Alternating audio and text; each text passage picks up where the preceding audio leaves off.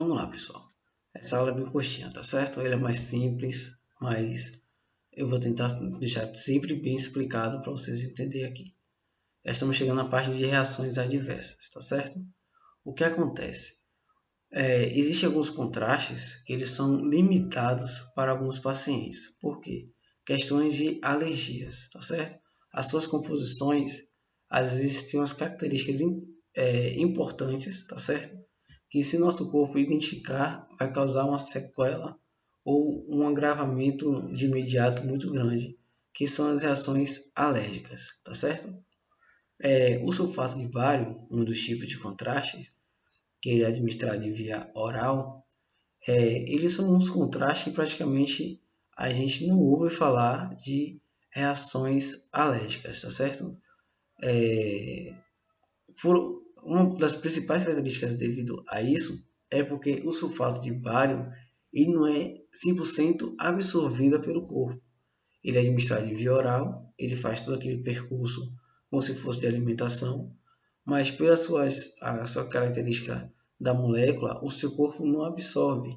Ele vai ser emitido ali na parte da imagem, vai iluminar todo o local que ele faz a trajetória durante e pós a passagem do contraste, né, para a emissão das imagens, só que o seu corpo não vai absorver, entendeu? E se absorver é uma questão muito mínima. Então, com isso, a parte de sulfato de bário, ele é um contraste que ele é pouco não. As consequências com eles de reações adversas é praticamente quase nulas de ser registrado, tá certo? Mas não é nula, já teve casos que ocorreu essa reação alérgica, tá certo? E ele não é um que pode ser utilizado para outros tipos de procedimento, porque ele tem bastante ligação com a questão digestiva, né? A parte do sistema digestivo e a parte do bulbo maxilar. E também devido à questão da sua osmolaridade. Então, na parte do sangue, ele não vai ter uma aceitabilidade tão grande, pode acabar sendo não sendo tão útil e tão proporcional para um diagnóstico da imagem, tá certo? Além disso, para o segundo dos contrastes, que é o contraste de iodo, tá certo? O iodado, que ele é muito utilizado por fazer parte da tomografia computadorizada, da ressonância magnética, do arco cirúrgico, tá bom? E além disso, por ser bastante utilizado, é um medicamento, um contraste, perdão, que é bastante registrado o índice de reações alérgicas, tá certo? Por quê?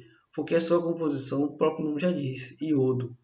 E quem tem alergia a frutos do mar, quem tem alergia à dipirona, geralmente esses pacientes, quando estão na ressonância magnética e tem o contato com o contraste do iodo, eles têm uma reação alérgica muito grande, tá certo? E também vai dependendo do paciente, do grau de alergia que ele tenha.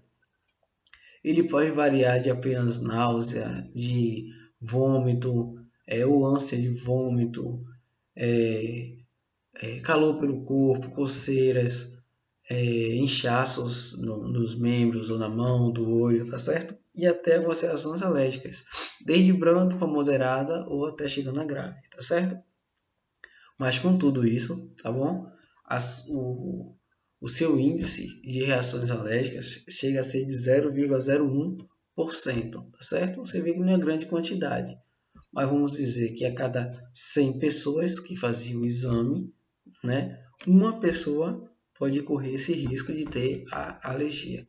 Então a gente vai assim, não, a taxa não é grande, mas quando a gente vai variar de acordo com a quantidade de pessoas, né, que pode acometer aquele tipo de exame, é uma quantidade muito grande.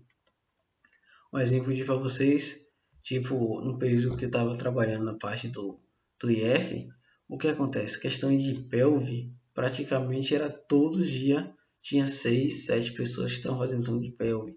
E lá no protocolo, no pelve, era importante, era indispensável o uso de contraste. Ou seja, todos os pacientes do sexo feminino tinham que fazer pelve com o contraste, entendeu? E era 6, 7 mulheres naquele dia que fazia aquele exame. Então, vamos dizer, por semana, que era de segunda a sábado, que eu estava lá acompanhando, fazia de 6, 7, no final dava o quê? 20, 36 pessoas praticamente, né? Então, dessas 36, praticamente 0,03 poderia acometer essa doença, acometer alguma alergia. No final do mês, né, que já que era 36 na semana, ia para quanto?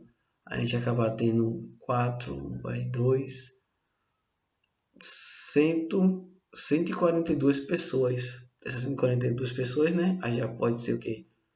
Uma pessoa poderia ter, ou até duas pessoas poderia começar a cometer essa alergia. E dependendo da forma que a gente fosse administrar com essa pessoa que estava tendo alergia, ela pode agravar de uma crise alérgica amena, né, simples, para uma moderada e para uma agravante, tá certo? Além disso, o segundo contraste que a gente tem em questão, que é o contraste de gadolínio, que é utilizado na ressonância magnética, tá certo?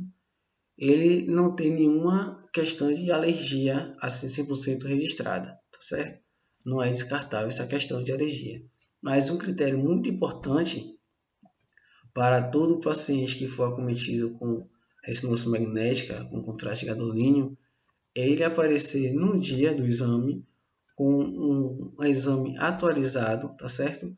Do exame de ureia e creatinina, os dos mais importantes que estão utilizando.